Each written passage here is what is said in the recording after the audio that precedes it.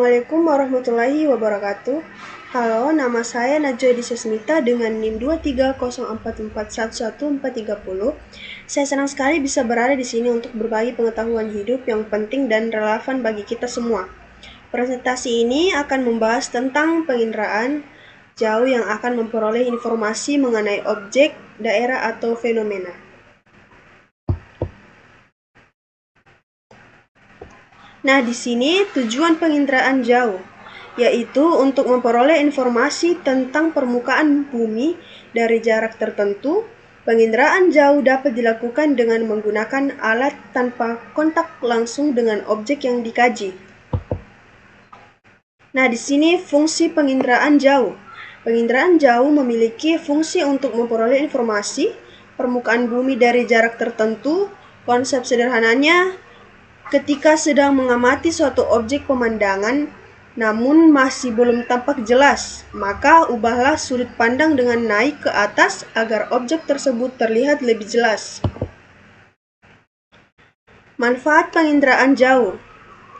Mitigasi bencana. 1. Data penginderaan jauh dapat digunakan untuk mengurangi dampak bencana alam. Inventarisasi sumber daya alam. 2. Penginderaan jauh dapat mengurangi kegiatan survei terestrial ketika melakukan inventarisasi dan pemantauan sumber daya alam. Pemetaan wilayah. 3. Penginderaan jauh dapat digunakan untuk menyusun peta umum atau peta tematik. 4. Pertanian dan perkebunan. Penginderaan jauh dapat digunakan untuk mengklasifikasi lahan pertanian. Di sini ada tahap-tahapan penginderaan jauh. Pertama, deteksi. Tahapan deteksi adalah kegiatan pengamatan suatu objek dalam hasil rekaman citra. Di tahap inilah ditentukan ada atau tidaknya suatu objek. Misalnya, di dalam sungai terdapat objek bukan air. Yang kedua, identifikasi. Tahapan ini dilakukan untuk mengenali objek yang tergambar pada citra. Objek ini dapat dikenali berdasarkan ciri yang terekam oleh sensor menggunakan alat stereoskop.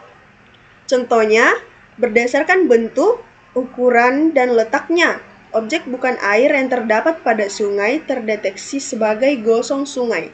Dan ketiga, analisis. Tahap analisis ini memiliki kaitan dengan proses keterangan lebih lanjut. Misalnya, pengumpulan keterangan dilakukan dengan mengamati kenampakan objek. Komponen penginderaan jauh. Yang pertama, atmosfer, lapisan udara yang terdiri dari berbagai jenis gas seperti O2, CO2, nitrogen, hidrogen, dan helium. Dan kedua, peroleh data. Data dapat diperoleh dengan dua cara, manual dan digital. Ketiga, wahana, media atau kendaraan untuk membawa sensor dalam mendapatkan data penginderaan jauh. Keempat, sumber energi.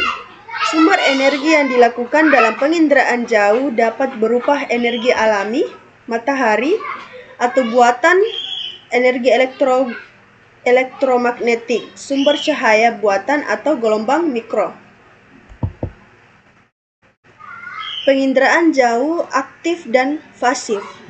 Penginderaan jauh aktif menggunakan sumber tenaga sendiri seperti gelombang elektromagnetik, laser, atau radiasi elektromagnetik gelombang mikro. Penginderaan jauh aktif dapat beroperasi siang dan malam, serta tidak terpengaruh oleh kondisi cuaca atau awan. Contohnya, penginderaan jauh aktif adalah radar dan lidar. Berikutnya, penginderaan jauh pasif menggunakan sumber tenaga dari alam seperti sinar matahari. Penginderaan jauh pasif hanya dapat beroperasi pada siang hari karena membutuhkan matahari untuk bekerja. Penginderaan jauh pasif lebih umum digunakan karena menghasilkan citra satelit berkualitas tinggi. Nah, di sini kesimpulan. Penginderaan jauh adalah teknik pengumpulan informasi tentang objek atau fenomena di permukaan bumi tanpa kontak langsung, menggunakan sensor pada satelit, pesawat udara atau drone. Data yang diperoleh berupa citra yang kemudian diolah dan dianalisis untuk berbagai keperluan seperti pemetaan, pemantauan lingkungan, mitigasi bencana, serta perencanaan tata ruang. Sekian dari saya. Wabillahi taufiq wa hidayah. Wassalamualaikum warahmatullahi wabarakatuh.